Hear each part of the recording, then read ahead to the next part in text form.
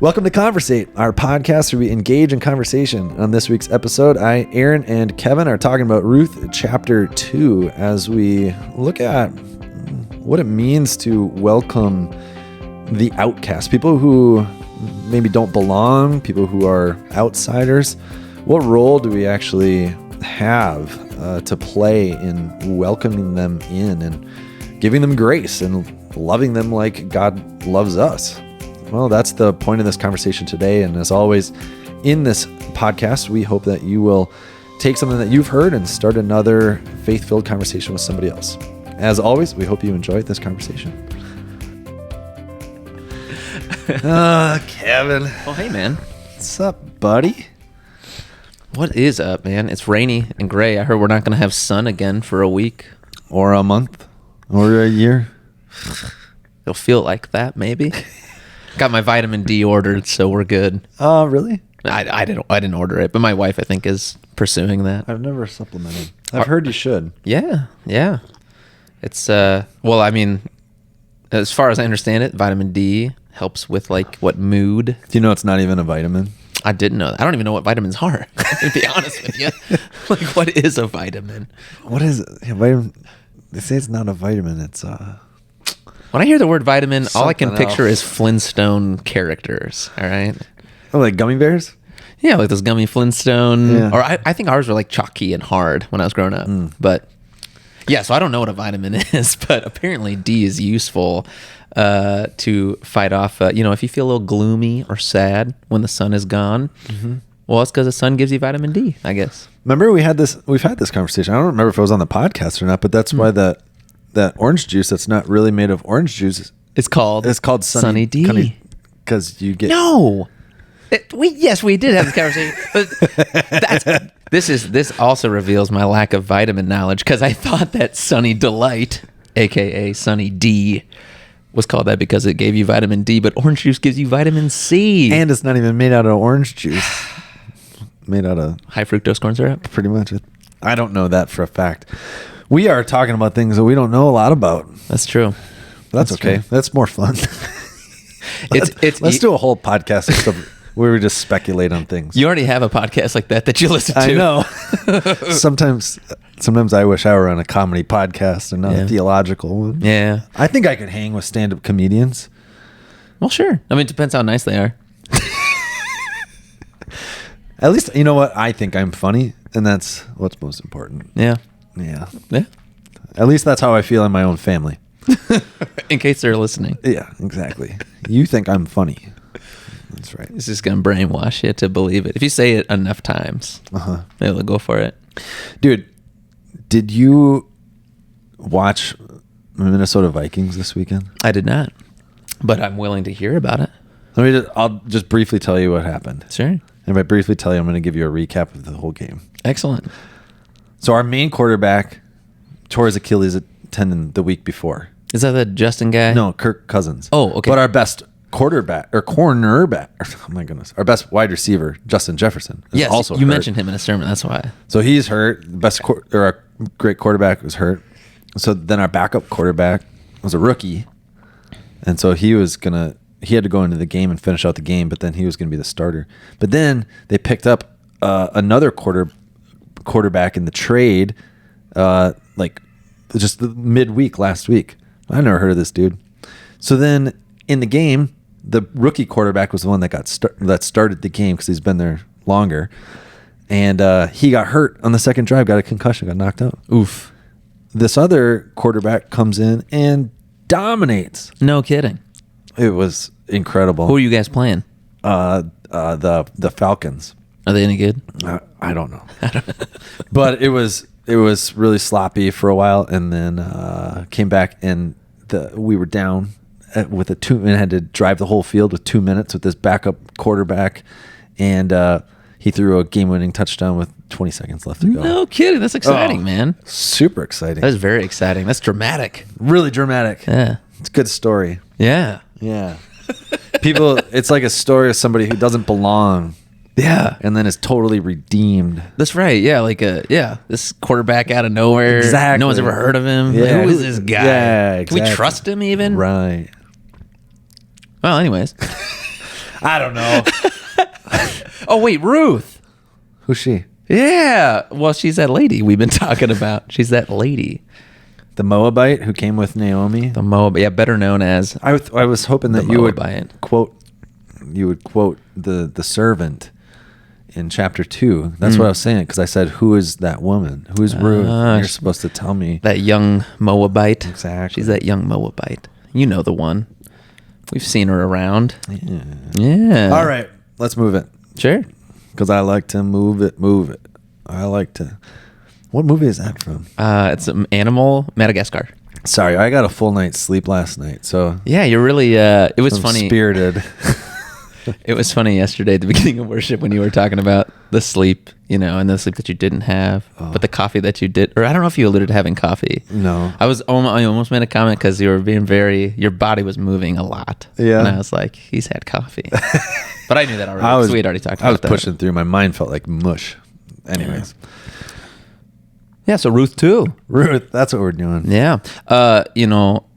So I've been talking to a handful of people about Ruth, and every time people talk about Ruth, they're like, yeah, Ruth, I know about Ruth, the story of Ruth. And I kind of feel the same way. Okay. Except when I say that, really what I'm saying is, I know there's a book of the Bible called Ruth, and I know that there's this dude Boaz in it, and he's kind of, comes and is but I don't remember the details. I mean, what story do you though, until you... Lord of the Rings.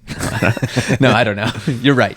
You're always, every time you go back and rewatch or reread something, you're always like, oh man, missed that. Yeah. So, but I mean, of the chapters, like chapter 1, I remember that one fairly well, I feel like, and then probably the ending of Ruth, but kind of these middle sections, I don't know that I've really paid a lot of attention to. Yeah. Chapter 2 is, I mean, it's cool. You alluded to, God's grace, right? In it. And I do think that Boaz is it's an incredible, incredible type, or a typological example of grace being given. So, what I mean is you didn't flesh it all out in the sermon. That wasn't necessarily the direction you were taking the sermon, but Ruth brings nothing to the table, totally empty, essentially, basically dead. Yeah. As good as dead, It's totally dependent upon the goodwill of those around her. And from the text, you get the impression that there's not a whole lot of goodwill going around for Ruth. Yeah. Right. Yeah. Well, especially because, it takes place during the time of the Judges. And if you read the book of Judges, there's not a lot of, good morality happening in the people of God. Yeah. Right. Exactly. So, yeah, she brings nothing to the table. Totally, it starts, and it even starts out with that concept of that she wants to go and find favor with somebody. And I think you did say in the sermon, that Hebrew word is often Chen. Is most often translated in the Old Testament as grace into English, right? Yep. And so Boaz, she's able to get a little bit, and she's able to get kind of what she needs. I think even probably just gleaning would have been enough food for her and Naomi. Yeah. Enough, to probably scrape by and not die from starvation. Right. So they will have access to that. But Boaz just everything, every statement for verses, it's just well, you can have some water that the young men have drawn for right? you. Yeah. I can't remember. I might get the order messed up, but when they have lunch, it's well, actually come and have lunch. Don't just keep out gleaning, and have some bread and some wine. And it's and then she's satisfied, but she's able to have more than she needs. Can't even finish. It's I put it in my notes, but it reminded me of the feeding of the 5,000. Yeah. I mentioned that in Bible class. Did you? Yeah. Cool. Yeah. Yeah, exactly. There's leftovers, right? And then she's able to share those with Naomi. But then it goes above and beyond that even. And it's well, don't just glean, pick up, actually go among the sheaves, work with the reapers. And then, people protect her and make sure that she's fine, and keep coming back here and actually, just take some like clumps of like grain, or it was barley at that point. And so it's just like, you show up with nothing, as good as dead, and you leave with an overabundance. That's right. I hadn't thought to connect it, but like one of our core values, right? The whole we give grace upon grace. Like this is an awesome example, very tangible. Yeah. In the narrative, like grace and grace and more and more. Yeah. And more. Yeah. Yeah. Mm-hmm. Yeah. Mm-hmm. So anyway, that was like for me this week.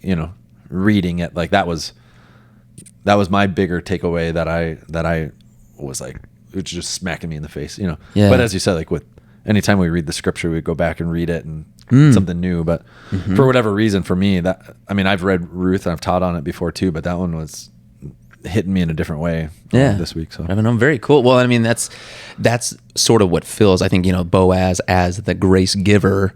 Then that's what kind of fills the hole of that's created by being the outsider, right? So like the problem that gets created in the text is, here's Ruth. She's this outsider. She doesn't belong. She's got nothing to depend upon, which of course is our spiritual condition then, like we can't merit the favor of God. We can't live up to his law. We come broken and it's like if it was up to our own actions or our own worthiness or whatever, we wouldn't be in. And so all of that creates this like need for grace. And then, Boaz swoops in. And so he's like kind of the answer to the question, right? Yeah. Answer to the problem. I was curious, like just thinking about the idea of outcasts, right?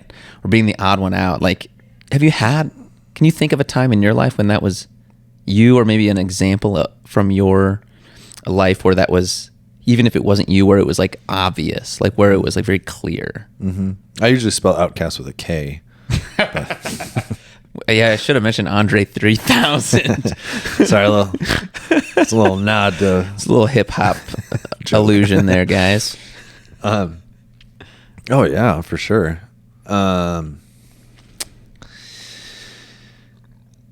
Yeah, I mean, in all honesty, I can think of...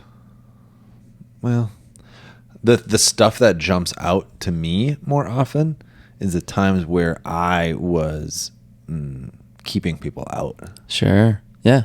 So those sit a little stronger in my memory because I even at the moment I knew it wasn't the right thing, but it's what I did. Sure. Yeah. What do you? Yeah. Well, when you think about those times, I'm not gonna. You don't have to elaborate on them. Yeah. But like, can you think of like what factors contributed to that decision? I'm assuming it wasn't like. I mean, if you're keeping people out, there's usually others involved, right? Yeah. Well, I mean, from a purely human standpoint, there's some. It's just this is Aaron as a human. Yeah. There's people that. You jive with well, and there's people you don't jive with well. And so I can think of examples where it's like, if this one person weren't included in this group, it would be so much better. And sometimes I made it possible that one person wasn't included in the group. So, those are things I've tried to amend in my life. Yeah. I mean, I to the extent that I've tried to live life in such a way to actually like be on the lookout for those who are on the outside to try to welcome them in, because I know that I've not done that. Sure. In other times. Yeah. So, which is kind of a cool like a redeeming sort of thing in the sense of like God uses even our experiences of failure or times when we haven't hit the mark. To sort of like, that's part of the Holy Spirit's work, right? So the Holy Spirit, is not only give us peace and love and joy, but also convicts us, right? And convicts us of God's law. Oh, absolutely. And so, does that in order to, fashion us more into the likeness of God, right? Which in our story is like the likeness of Boaz. So here's the dude who, sees this Moabite woman. So she's an outsider. She's, it's not, I wondered, I mean, I don't know. I guess I like to fill in the gaps sometimes, like in these narratives, because it's not like they say, and Ruth she got a dirty look that day, It's not like you get lots of juicy details, I feel like, in the Hebrew scriptures. But it's not hard to imagine, right? Yeah, I mean, it's hard to say. I mean, we get the sense that Boaz and Naomi are both really concerned about Ruth and what could happen to her. That it's kind of dangerous out there. Right. Yeah. But yeah, I don't know. I mean, we don't really know what kind of standing Elimelech had in Bethlehem. Sure. I mean, Bethlehem was a small town, you know. So what kind of standing he had, or what sort of standing his relatives had. I mean, Boaz is a relative of Elimelech's. So, you know, I mean, you could put the worst spin on it, or you could put a better spin on it when when Naomi and Ruth come back. You know, it's sort of like, well, Elimelech's, sure. Like he was always kind of, like you're saying, like you'd be like, oh, I can't believe Elimelech. How could he allow his children to marry this Moabite woman? That kind of thing. Yeah. Or saying like, oh, you know, there's like, well, this is uncomfortable for us, but I guess it makes sense. Elimelech was always sort of like a peacekeeper, or you don't know any of that. Yeah. Right. But we do know that there was animosity between Israelites and Moabites, at least based on even we looked, this wasn't this Sunday, but the week before, like even in the Levitical law against Moabites in the assembly. And then, of course, like you said, the context in Judges, in one of the judges delivering the Israelites from Moab and killing tens of thousands of their people. So yeah, I guess it's not too hard to fill in the gaps. Yeah.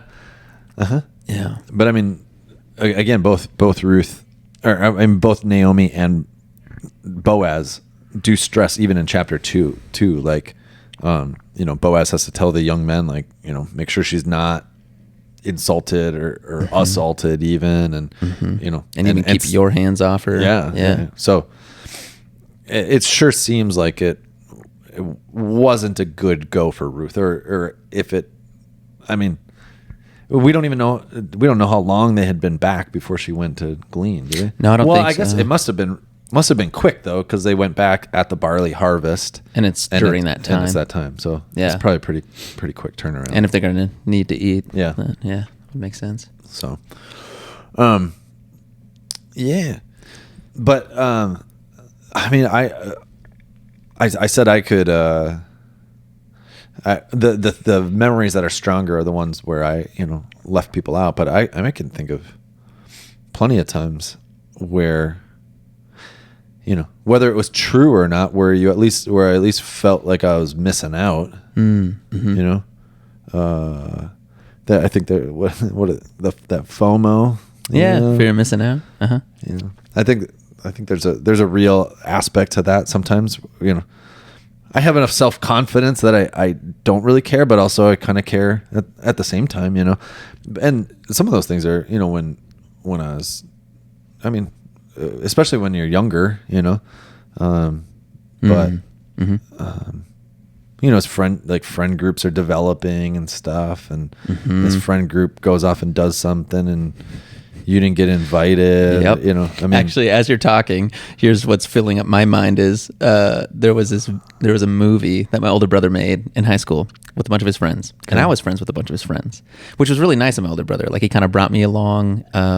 So like, I went to the Lutheran grade school. My older brother was 2 years ahead of me in school, and so the way it worked out, like building wise, in our junior high school, like we didn't end up doing school together until I was in 10th grade then, and he was a senior. And so anyways, like I knew all his friends, and he brought me in, and it was so great. Like I was in, and I had this in. And that was a real help for me because, believe it or not, I was like a really shy, quiet kid when I was in grade school. That changed somewhere in high school. But yeah, so that was really great. But one day, one day Doug's got all his friends over at our house, and we're like playing video games or something. And I think I was here's how I'll spin it. I don't really remember, but I was whipping my brother Doug. Let's just put it that way. I was destroying him in whatever we were playing and making a big deal. I was probably being very obnoxious. Well, then the people leave, and it's kind of weird when they leave, right? Like, it's not clear where you're going or what's happening, but no one tells me. And Doug especially doesn't tell me.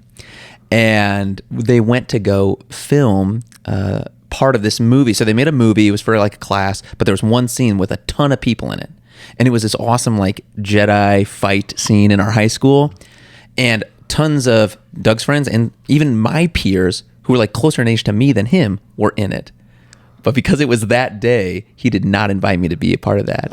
And then that movie ended up being shown at our local movie theater. Really? It was like this big deal, you know, like, and everyone in the high school was like, wow, that's so cool. You know, oh, we came to see the movie. And then, you know, of course, like there's the scene and I'm not in it, you know, and I'm like, why wasn't I invited to? So like when you talk about FOMO, man, dude, yeah, that one hit hard and it hurt my feelings. Yeah. Yeah. Have you talked to your brother about this? I've never talked to him again. You still haven't. Oh, Doug, man. if you're listening, I love you, buddy.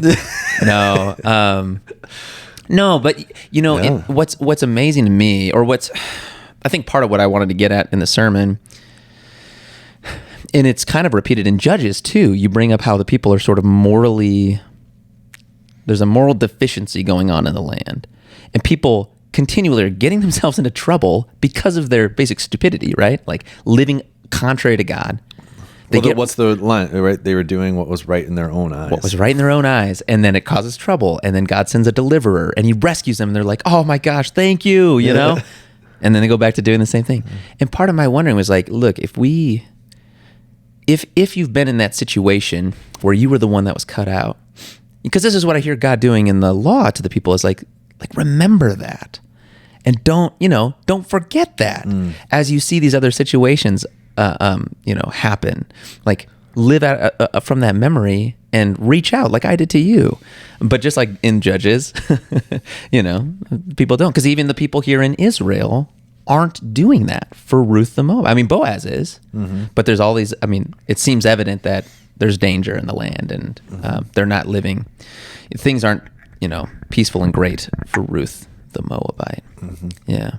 Well, yeah, you made a quick statement in the sermon, but it was something that I hadn't thought about before, because God gives all these provisions in the Mosaic law for foreigners and sojourners and stuff, and it's interesting because a lot of times, when we're talking about the foreigners, and their foreign gods and all that stuff, it's sort of, I mean, it feels like God is saying, don't ever, deal with these people, or just stay away, just, be reclusive and, just do your thing. Right. Yeah. If you're going to interact with them, destroy them. Right. Exactly. Yeah.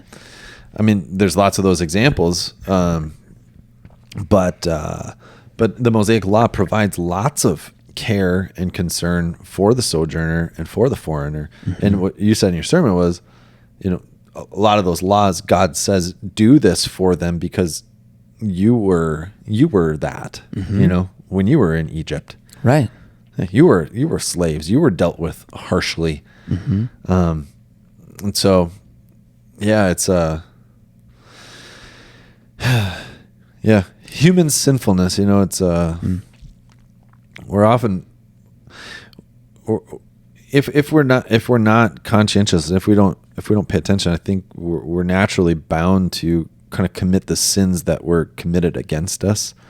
Also, Yeah, absolutely. Like, that's like the saying, hurt people. That's right. Like people who abuse others, most of the time were abused themselves.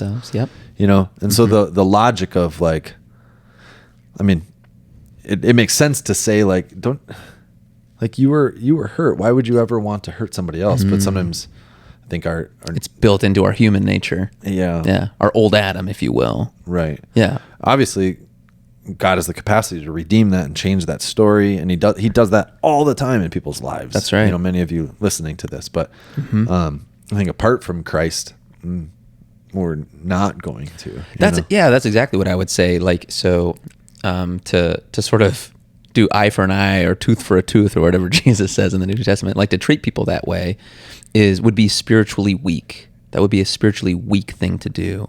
But spiritual strength, we hear over and over and again in the scriptures, is to endure suffering, to not repay evil for evil, but to repay evil with good, to do all, but none of that is possible based on our own strength. Because our default mode is going to be, you did this to me, oh, it's coming back your way. And people talk that way, right? And people act that way, like, oh, they'll get their comeuppance, they'll get what's coming to them. And we get a sort of delight out of that, out of seeing people. I mean, you can find a whole YouTube channel on instant justice.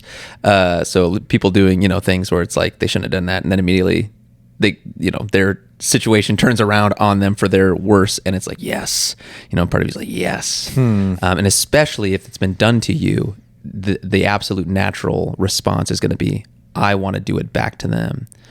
But yeah, so over again in the scriptures, it's only by the grace of God that you're able to break that pattern, I believe. I don't think it's possible outside of the Spirit of God. And you're saying like that, it's God's Spirit that awakens your attention to that inclination. Yeah, absolutely. I was thinking of another judge, Samson, because it's a kind of a classic example. He's like...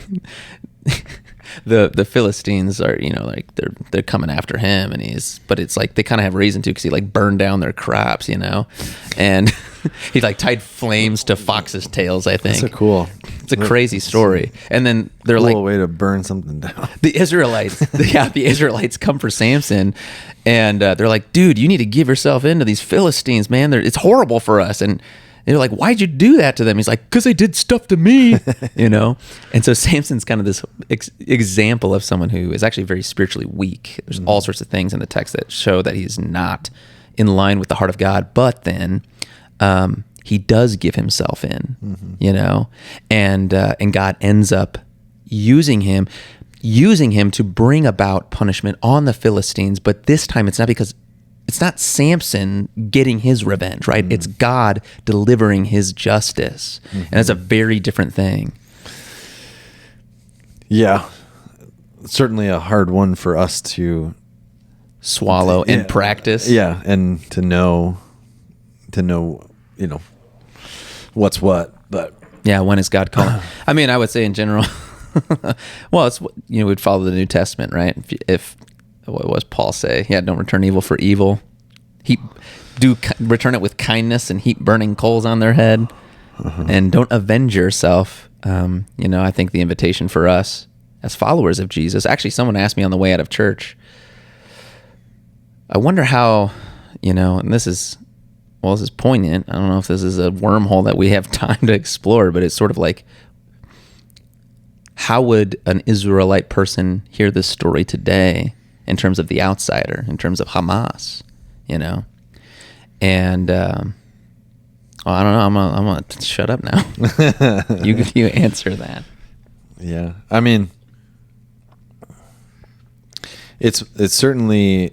I think it's certain. These things are certain. Conflicts are certainly easier to deal with on a one-to-one relational basis.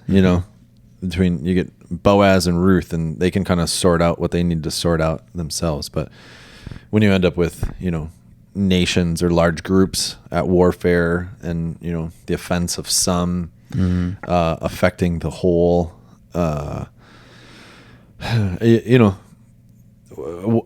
war is a messy byproduct of the sin that exists in this world, and I'm not trying to scapegoat the answer, to this practical situation. But I mean, we just need to remember, the world has always been at war, warring against each other. Some of those wars maybe more valid than others. Some just horrible and gruesome for the sake of the annihilation of other people. A people group, yeah. And so, what's happening right now, and what will be, I've listened to lots of people speak on this, and different people have different takes on what is happening and what should happen and why is this happening, and it's just like, I mean, you hear from both sides essentially, like, yeah, you just eliminate the whole other people group, and that's the solution, you know. Wipe them out, and I don't know, man. I mean, it's a messy ordeal. Yeah, it's a messy ordeal, which seems maybe consistent with what the disciples were thinking about, like the Romans when Jesus came along, right? Yeah, like just take care of these guys. Like we got the Messiah, we got this King, we got David. Let's crush them. Yeah. Let's devote them to destruction like the old days. right. But no, and I think you're right. So I mean, like the New Testament again talks about God's in charge. He will have his justice done. And he holds leaders of people groups to higher standards as well, right? Because that's part of the complexity is like you could be at war because you have a tyrant leader who decides to do whatever. Right. Yeah, or it's not necessarily representative of the whole group, Right. what's being done. Yeah. I guess I try to take the worldview also of, it's not that I don't care what's happening. I care deeply. I'm incredibly saddened just by the death and destruction and seeming vitriol from both sides, and you know, people joining either side, you know, and just basing this thing out of a lot of anger and hate and frustration and all that kind of stuff. But I try to take the perspective just in my own life of like, I am not firsthand involved in that conflict. All right. So that doesn't mean that I don't care, but what ought I care about? And what do I have the capacity to actually affect on a daily basis? I think there are a lot of people who live kind of vicariously through the conflicts of other places and totally disregard the people that are right in their midst. Sure. You know, their own families or neighborhoods or people they work with and all that kind of stuff, you know. Yeah. So we're talking about dispensing grace to people and looking for the outcasts among us and treating them well and welcoming them in. Like, yeah, I mean, of course we got to care about these world conflicts to some degree, but if I care about that more than I care about what's my neighbor, the thing that I have influence over, I think I gotta check that. Sure. Yeah. Realign my priorities. Yeah. Yeah. And again, that's not saying I don't care. But there's a lot of things to care about in this world. And Amen. there's a lot of really horrible stuff happening all over the place. Some of it you will never hear about. A lot of it you'll never hear about. Lots of people groups warring and trying to eliminate them in other countries and other places, you know. So it's just like we're so quick to get sucked into a fear cycle and be paralyzed, and just spew whatever lines are fed to us about how we should get angry about whatever thing. And it's just like, all right, well, let's circle back. Yeah, let's look at our neighbors, yeah, and our family, and not shutting out the outside world, but like, am I actually even doing anything with these people, like here, you know? Yeah, you know what I mean? Well, dude, let me use that since I dug us into this wormhole, to climb out and just circle back to Ruth 2. Invitation for us, I think, is. Yeah, where's God calling me to be a Boaz this week in a little way? Doesn't have to be anything grand, magnificent, but there's probably somebody who I'll cross this week who could use some grace. How can I apply that? Even if it's comes at a cost to me. That's where it gets hard, but that's what we see Boaz doing, and Boaz does it because he knows the grace of God, I would say. Especially since I didn't talk about this at all, but dude's got land. He's got harvest. This was famine time in Israel. So he may have been on the receiving end of some, events of his life that led him to trust deeply in the grace of God and his providence. Yeah. And yeah, for sure. And just remember, the reason that you have the capacity to even do that for somebody else is because you've been more than satisfied with God's grace that He's given to you. Right? You have more than enough. Like, you're never going to be without. You'll never run out. Not even to the point where like your cup would even come below the brim.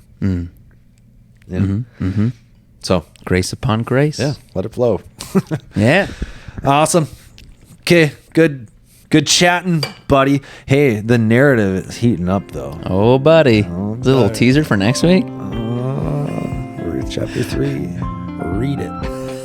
All right. We'll talk later. Peace.